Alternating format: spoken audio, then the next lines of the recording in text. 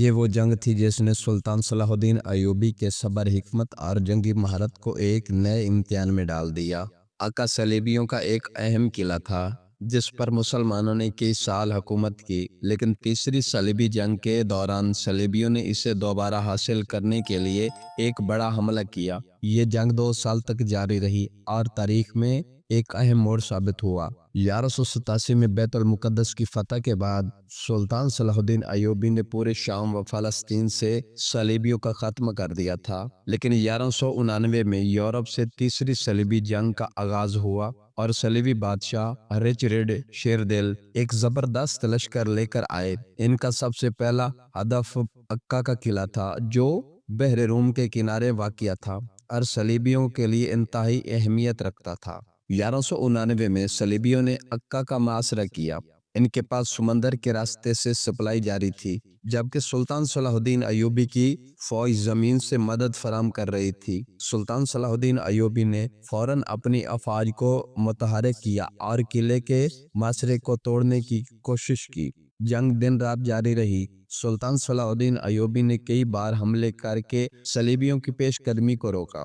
1191 میں انگلینڈ کے بادشاہ ریچرڈ شیردل پہنچا جو ایک ماہر جنگجو تھا۔ صلیبیوں نے سمندر سے اسے اپنی فوج میں مزید اضافہ کیا اور محاصرہ مزید سخت ہو گیا۔ سلطان صلاح الدین ایوبی نے بار بار جوابی حملے کیے، لیکن صلیبی فوج کی تعداد زیادہ ہونے کی وجہ سے قلعے کے اندر موجود مسلمان فوجیوں کو مشکلات کا سامنا تھا۔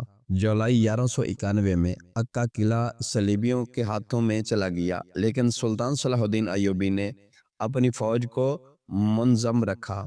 صلیبیوں نے قلعہ فتح کرنے کے بعد تقریباً 3000 مسلمان قیدیوں کو قتل کر دیا، جو کہ ریچرڈ شیردل کی سنگ دلی کا ثبوت تھا۔ سلطان صلاح الدین ایوبی نے اس کے جواب اپنی جنگی حکمت عملی کو مزید بہتر کیا اور صلیبیوں کے خلاف مزید بڑے معرکے کی تیاری شروع کر دی۔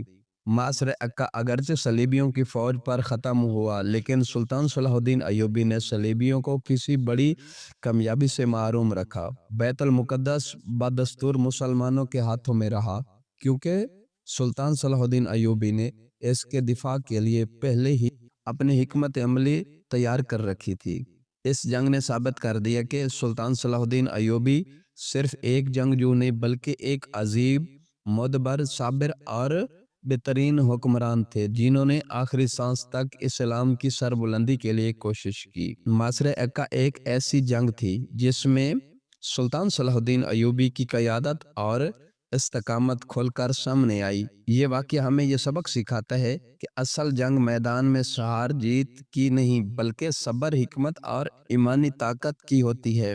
سلطان صلاح الدین ایوبی کی یہ جنگ آج بھی ایک مثال ہے کہ کسی طرح مشکل ترین حالات میں بھی حکمت اور صبر سے دشمن کو شکست دی جا سکتی ہے۔ اور میری اس ویڈیو کو پلیز لائک کیجئے اور تمام سننے والوں سے ریکویسٹ کرتا ہوں کہ میرے چینل عامر عمران آفیشیل کو سبسکرائب کیجئے اور اچھے اسلامی کامنٹ کیجئے۔ نیکسٹ ویڈیو آنے تک اللہ نگہبان۔